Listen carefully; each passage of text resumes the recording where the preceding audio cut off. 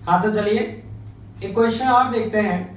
तो क्वेश्चन ये है कि मान लीजिए बिल्डिंग है या फिर एक टावर है जिसका हाइट h है और यहाँ से पार्टिकल को किसी स्पीड u से हम फेंकेंगे तो आप जानते हैं पार्टिकल ऐसे जाएगा और धरती पर जाकर गिर जाएगा। तो यहाँ से ये किसी डिस्टेंस r दूरी पर जाकर गिरेगा जिसको हम रेंज कहते हैं। तो हमारा क्वेश्चन ये कि बताइए इस r का मैक्सिमम वैल्यू क्या संभव है और u आपका कांस्टेंट है, मतलब जो इनिशियल वेलोसिटी है वो कांस्टेंट है। आप फेंकने का डायरेक्शन चेंज कर सकते हैं, तो फेंकने का डायरेक्शन चेंज करके आप ये बताएं कि इस r की मैक्सिमम वैल्यू क्या आएगी। तो देखिए सॉल्व करके दिखाता हूं। अब आप ऐसे मान लेते हैं कि हमारा जो पार्टिकल है जब हमने यहां से फेंका उसको तो वो यहां से जाकर यहां पर जाकर गिर गया। अब आप ऐसे सोचिए यहां पे कैसे लाइन बना लीजिए, यह कैसे लाइन बना लीजिए। अब जो हमने ये मंकी वाला जो एक सिचुएशन देखा था उसमें आप याद करिए कि अगर ग्रेविटी नहीं होती है तो ये सीधे जाता है और ग्रेविटी होने के कारण इसको वाई डायरेक्शन में जितना ज्यादा होता है ये उससे नीचे आता है। कितना नीचे आता है? Half G T square. अब मेरी बात सुनो, मान लो मैंने इसको यहां से u स्पीड से फेंका। अब आप सोचो कि ग्रेविटी नहीं होती तो ऐसे चलते जाता और कुछ समय के बाद यहां पहुंच जाता।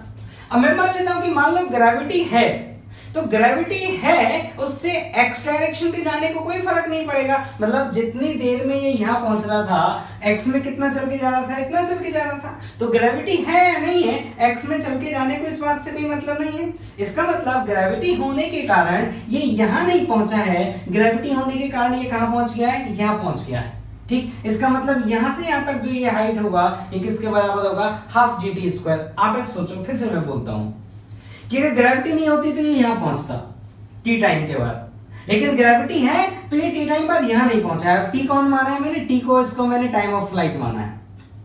टी कौन इसका? Time of flight.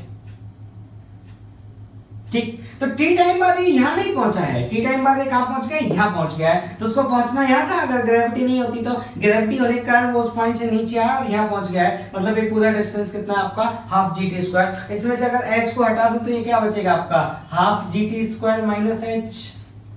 और इसको मैं मान लेता हूं r, यहां से यहां तक ये r है, देखो ये r है। तो मैं पाइथागोरस थ्योरम से ऐसे रिलेशन लिख सकता हूं कि r स्क्वायर किसके बराबर होगा? ut square minus this square.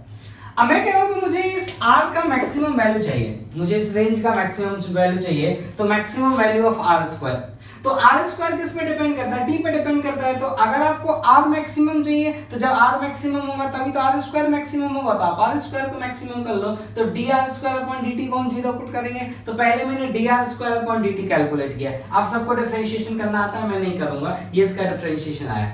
फिर मैंने क्या किया? इस डिफरेंशिएशन को जीरो पुट किया। आप सब सॉल्व करना जानते हैं, मैंने सॉल्व किया, ये t का वैल्यू आया।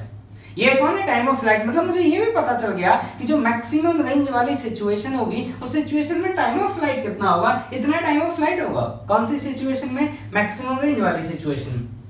अब हमें तो मैक्सिमम रेंज निकालना है, तो हमें जब t पता चल गया है तो यहाँ पर ले जाके पुट कर देते हैं। तो देखो कैसे पुट करेंगे। तो t को यहाँ पे ले जाके पुट करेंगे सीधा। तो यहाँ पर आप ऐसे देखिए, मैंने जो पुट किया वो बताता हूँ। ये है u स्क्वायर t स्क्वायर। तो मैंने क्या किया ना, यहाँ से t स्क्वायर निकाल लिया। यहाँ से t स्क्वायर कितना आएगा देखो, u square upon g plus h into 2yg। इधर से ये g/2 है, इसको इधर लाएंगे तो 2yg हो जाएगा। देखो 2yg u square upon g plus h, और आगे u स्क्वायर था वो u स्क्वायर ये लिखा हुआ माइनस ऑफ इसका स्क्वायर। अब ये वाली टर्म किसके बराबर? तो यहां से देखो हाफ जी टी स्क्वायर इस h को उधर ले जाओ। तो half G T square minus h किसके बराबर है? u square upon g। मतलब ये अंदर वाली टर्म किसके बराबर है? u square upon g। तो मैंने u स्क्वायर अपॉन g करके उसका स्क्वायर कर दिया, इसका सॉल्व कर दिया। सॉल्व करने पे आपका कौन आया? Maximum range. ठीक, अब देखो अगर आप ये जानना चाहें कि इस समय पे एंगल ऑफ प्रोजेक्शन क्या होगा, तो देखो बेटा आपको इस एंगल का वैल्यू निकालना है। आप r जानते हैं, आप t जानते हैं, मतलब आप ये वैल्यू जानते हैं, आप ये वैल्यू जानते हैं। तो अब आपको ये पूरा ट्रायंगल पता है, तो चाहे sin थीटा लिख लो, चाहे cos थीटा लिख लो, चाहे tan थीटा लिख लो, आप कोई भी वैल्यू लिख सकते हैं। ठीक, तो देखिए कभी कभी हमें इस तरह से भी क्वेश्चन सोचने पड़ते हैं। देखिए ये मतलब थोड़ा टफ क्वेश्चन है, जनरली ये नहीं पूछा जाता है, पर ठीक है आपको टफ करना भी आना चाहिए, अप्रोच होना चाहिए किस तरह से हम सॉल्व करें। ठीक, और सबसे बड़ी बात होती है हिम्मत करके ट्राई करना चाहिए। ठीक है, चलिए।